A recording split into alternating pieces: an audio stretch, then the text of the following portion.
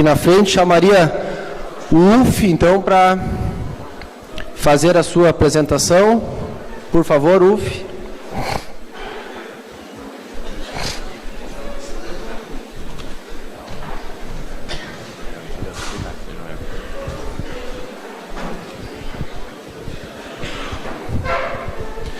Bom dia a todos.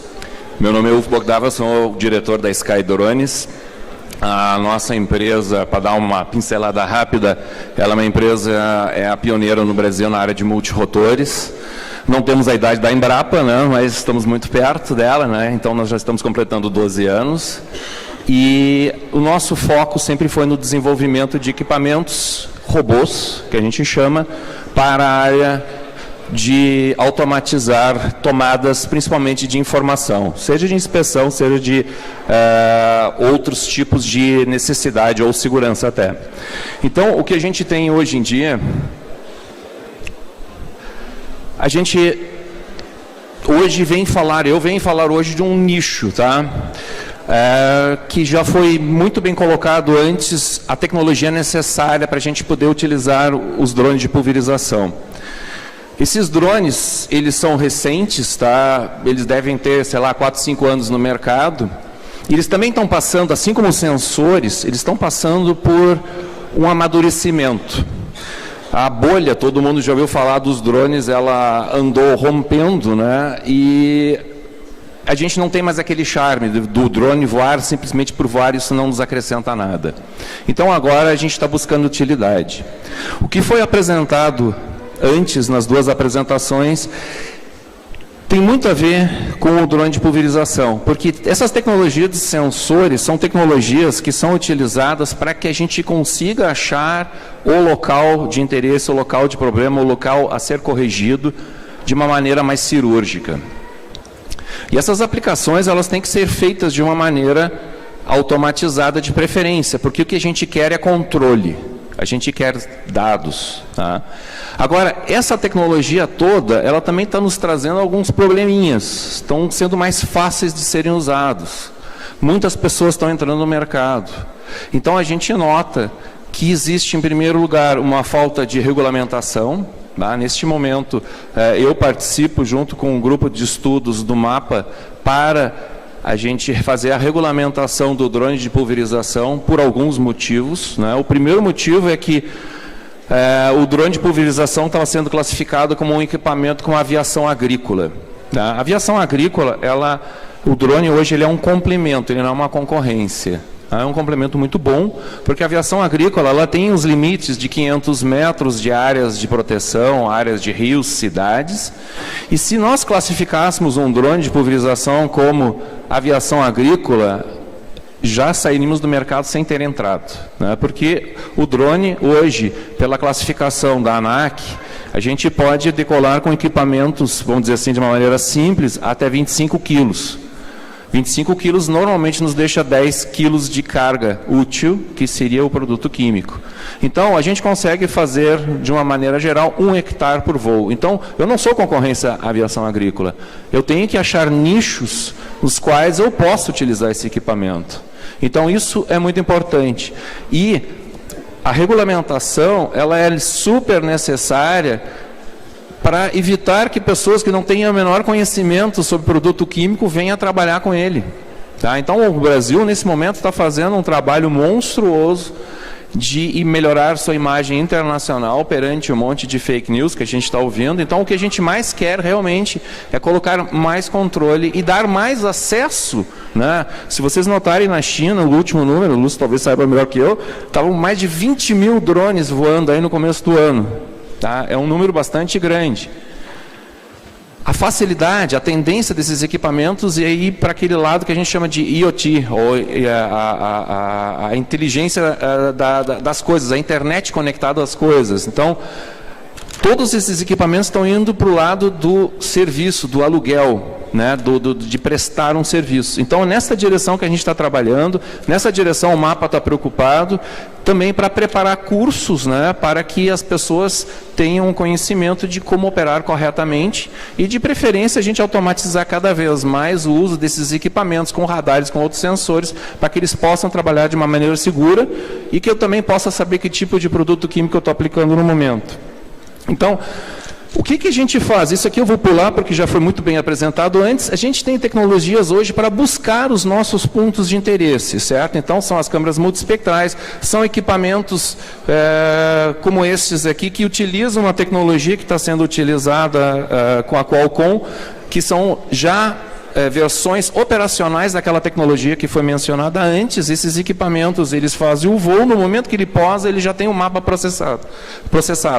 Esse mapa ele é processado enquanto ele ainda está voando. Então, isso me dá algumas vantagens no momento que eu estou fazendo a operação, para ter certeza que todas as minhas imagens estão tomadas. Esse é um equipamento nosso, o Zangão já é um nosso cavalo de batalha aí há muitos anos, né? Ele é um equipamento que então é utilizado para fazer esse tipo de sensoramento. O que a gente quer com isso? A gente quer com esses sensoramentos, a gente quer começar a achar algumas áreas, né? A gente quer começar a destacar os locais, né? Isso também foi apresentado antes. Nestes locais, a gente acaba gerando mapas e muitas vezes a gente tem que ir até este local para identificar, nesse caso, são plantas daninhas.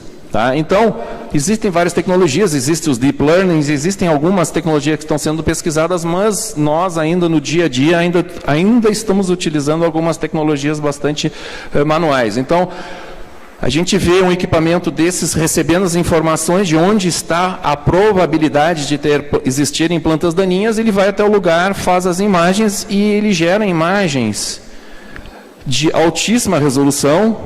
Como foi comentado, um satélite jamais poderia nos dar este tipo de informação. Então, nós temos aqui, para ter uma ideia, no zoom, o que a gente consegue fazer. Tá? Então, identificando o tipo de planta daninha, neste caso, né, isso já faz com que a gente possa planejar uma aplicação. Essa aplicação, quanto mais tarde, ou essa detecção, quanto mais tarde ela é feita, maior vai ser o nosso problema a ser tratado. Então, muitas vezes a gente tem que, num primeiro instante, entrar com uma aviação agrícola para fazer a cobertura de áreas grandes, e depois a gente tem a opção de fazer esse imageamento e tentar achar áreas resistentes. Eu vou falar sobre isso daqui a pouquinho. Tá? Então, aqui a gente tem algumas imagens de equipamentos que são utilizados. Os equipamentos, para vocês terem uma ideia de diferença, como essa tecnologia está mudando muito rápido também. Esses equipamentos, a grande maioria dos equipamentos que existem hoje, são equipamentos em que a gente coloca o produto químico. Deixa eu ver se eu tenho um laser aqui. Aqui. A gente nota no meio, ele tem um bocal onde a gente bota o produto químico. Tá? Então, essa tecnologia, esse tipo de design também está começando a ser trocado por sistemas em que a gente, ao invés do operador ter que ter toda a proteção, ou toda a capacidade, ou toda a possibilidade de entrar em contato com o produto químico, a gente está trocando isso por sistemas de cartuchos. Tá? Então, se vocês depois tiverem um tempo lá na parte das startups, tem um equipamento lá, e aqui na frente também tem um para notar essa diferença. Então, isso é uma diferença muito grande, porque a gente evita que uma pessoa entre em contato com o produto e também a gente pode automatizar. A ideia toda é a automação do processo. A gente pode automatizar qual é o tipo de produto que a gente tem dentro deste drone de pulverização e o nosso sistema pode decidir se esse drone vai ou não vai aplicar o produto, que vai depender de onde ele está e vai depender também das condições climáticas. Porque o nosso foco hoje é atuar na parte de correção de grandes áreas e também começar a fazer a pulverização nas pequenas áreas, que representam quase 90% da área brasileira de agricultura. Então, é um lugar gigante onde as pessoas ainda estão muito envolvidas com a possibilidade de um contato direto com o produto químico. Outra coisa também, os drones, pela característica deles, eles têm praticamente nada de deriva. que é o nosso maior problema, né? Então, isso é devido aos bicos de dispersão do produto químico estarem exatamente debaixo das hélices, que faz com que o produto desse, isso vai aparecer num vídeo daqui a pouco. Tá? Então, isso é tão importante, porque, como comentado já nas duas apresentações anteriores, o fato de eu achar cirurgicamente o local do meu problema no campo, faz com que eu possa também atacar ele cirurgicamente. E atacando ele cirurgicamente, é óbvio que vamos deixar de usar produto químico, água, em lugares desnecessários. E isso aí foi um papo que eu tive com a indústria química há uns tempos atrás, quando a gente começou a trabalhar com a pulverização. Eu disse assim, puxa vida, os caras vão querer nos matar, né? Nós vamos começar a economizar produto químico, e aí nós vamos ser alvos.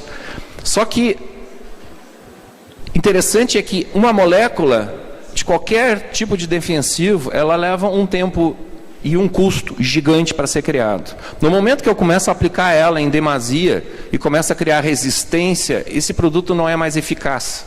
E não sendo mais eficaz, não posso usar. Então, no momento que eu começo a utilizar esses produtos de uma maneira correta, só no lugar onde realmente são aplicados, a vida útil deles aumenta. Então, isso há um interesse para a indústria química e também é um interesse muito bom para a parte da aplicação, né, para o relacionamento desse pessoal com a indústria.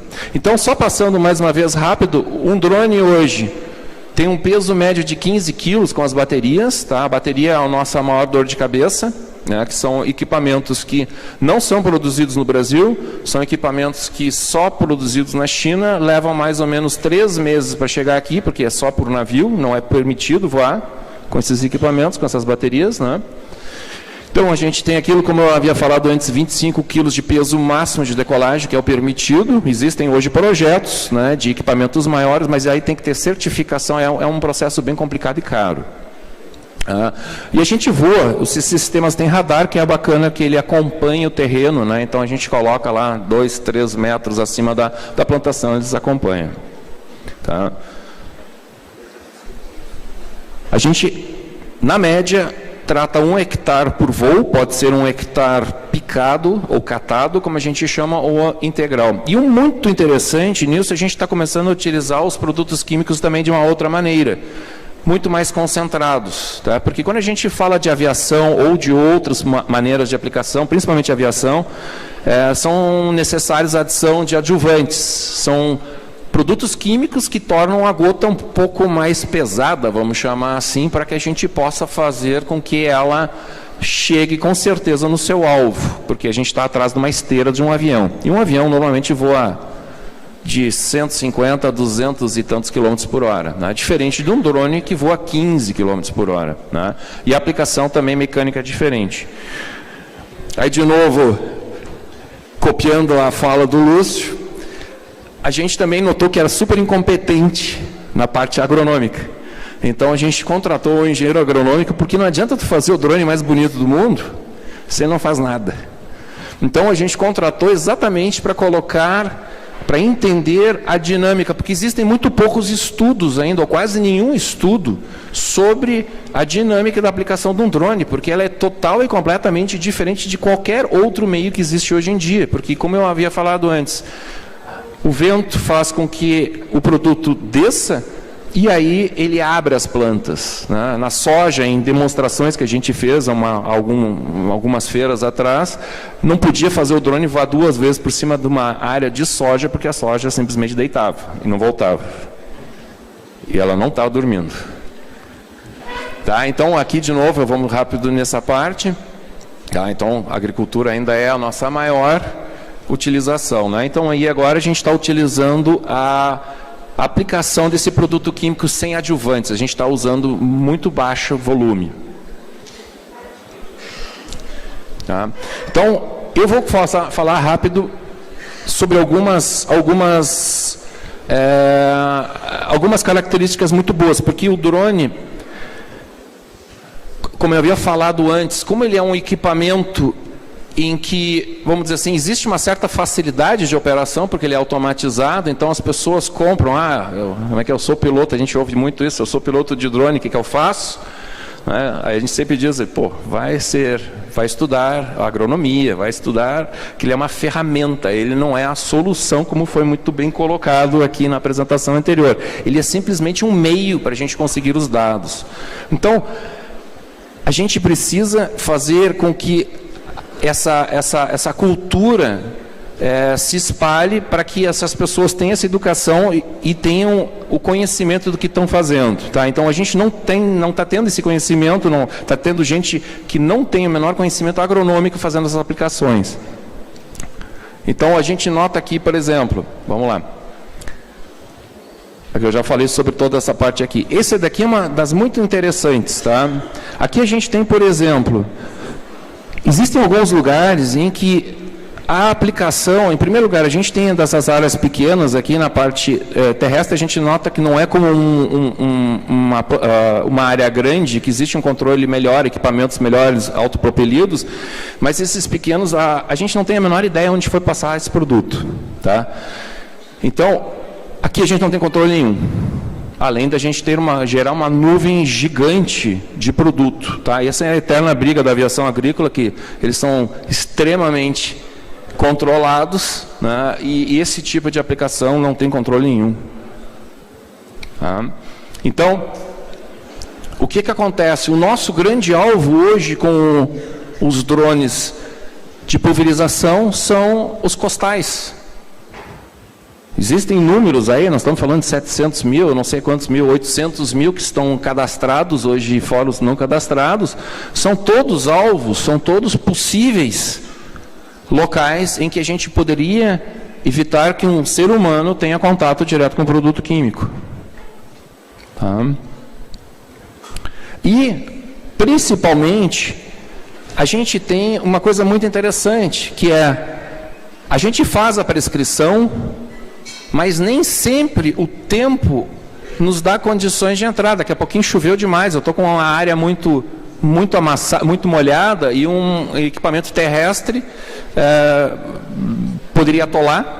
Né? Então, nesses casos, existem alguns casos bem interessantes em que o drone pode ser utilizado. Tá? Eu só vou passar bem rápido em algumas aplicações que a gente já fez, porque o drone não é rentável em qualquer lugar. Isso eu comecei a falar antes, isso é muito importante. A gente tem que ter um conhecimento agronômico, a gente tem que ver onde ele realmente é útil, onde a gente consegue agregar valor. Porque o custo de operação dele hoje, por tudo aquilo que eu falei, é muita coisa importada ainda, o custo dele de aplicação ele é bastante grande. Tá? Então, ele realmente tem que ter um valor. E esta aplicação tem um valor gigante. Aqui nós estamos fazendo catação química, tá? Esse caso é cana-de-açúcar e é em reboleiras ou em mamonas, tá? Então, são importados os arquivos shape que a gente fala, e vocês conseguem ver, olha o que ele faz com a cana ali, ele realmente faz com que o produto chegue muito embaixo na planta, tá? Mas o que ele faz nesse caso? Ele recebeu a informação exata do ponto onde ele deve ir. Isso é impossível de fazer de avião, isso é impossível de fazer por uma pessoa entrando na cana. Então, este é um nicho claro de que há um retorno econômico também, não apenas um retorno, vamos dizer assim, na parte química. E aqui uma das grandes aplicações nossas é na área de reflorestamento. Vocês imaginem as áreas, principalmente as áreas de aplicação de pós e pré-emergente, em áreas declivosas. A gente está trabalhando ali com um monte de galhos, tocos de árvores e um monte de bichos peçonhentos que, quando a gente vê as pessoas entrando ali dentro, para fazer 1 hectare, mais ou menos, bota umas 10 pessoas ali dentro para fazer 1 hectare. E vai levar umas, sei lá, 2, 3 horas para fazer. Um drone faz isso em 10 minutos e ninguém entra na área.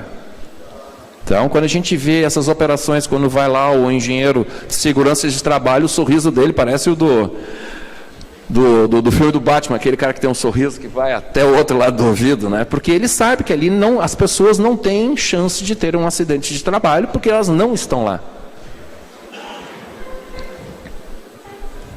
Aqui vocês conseguem ver aquilo que eu falei antes. Olha que interessante. O produto químico ele é jogado pelas hélices para baixo. Tá? Então, e olha que não tem vento, que é a pior situação para uma aplicação. porque poderia ficar produto remanescente, ele é totalmente colocado nessa área. Tá? Então, vejam ali nessa foto, é bem bacana de ver como realmente o vento é deslocado para baixo. Então, são total e completamente novas, é uma tecnologia nova, que ela está merecendo estudos fortes ainda, né? Aquilo que eu já falei antes ali são áreas, né? Foi nas outras apresentações também. A gente tem hoje áreas com logística complexa para pessoas, né? E tem obstáculos. Então, tudo isso, essa tecnologia com radares, ela está começando a evoluir. E, muito importante, que eu acho que é o mais importante de tudo, o sistema que está sendo feito, ele é feito para manter os nossos dados, também foi colocado na apresentação anterior, a gente está gerando dados aqui, mandando para o exterior, para depois o pessoal nos vender equipamento aqui no Brasil.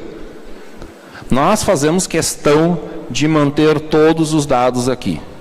Os dados são de nossa propriedade, são utilizados, são dados que a gente está conversando com o mapa para ver como podem ser utilizados para que a gente tenha uns dados estatísticos mais confiáveis aqui no Brasil. Tá? Então, muito importante, nós estamos mantendo tudo aqui no Brasil. E aqui, simplesmente, é uma ideia para vocês terem como vocês podem operar um equipamento desses. Então, tem que ter licença do piloto, equipamento cadastrado, se ele tiver abaixo de 25 quilos, e simplesmente ali tem algumas outras coisas que são de prática, eu não vou entrar aqui. Tá? Então, meu tempo acabou. Só para falar, nós estamos nessa área de pesquisa, então nós trabalhamos muito forte no desenvolvimento dos modelos, né, e também já estamos fazendo pesquisa de equipamentos maiores. Né, então, quando eu falo com o pessoal da aviação agrícola, olhem para os drones enquanto eles ainda são pequenininhos, porque eles estão crescendo. Tá? Muito obrigado.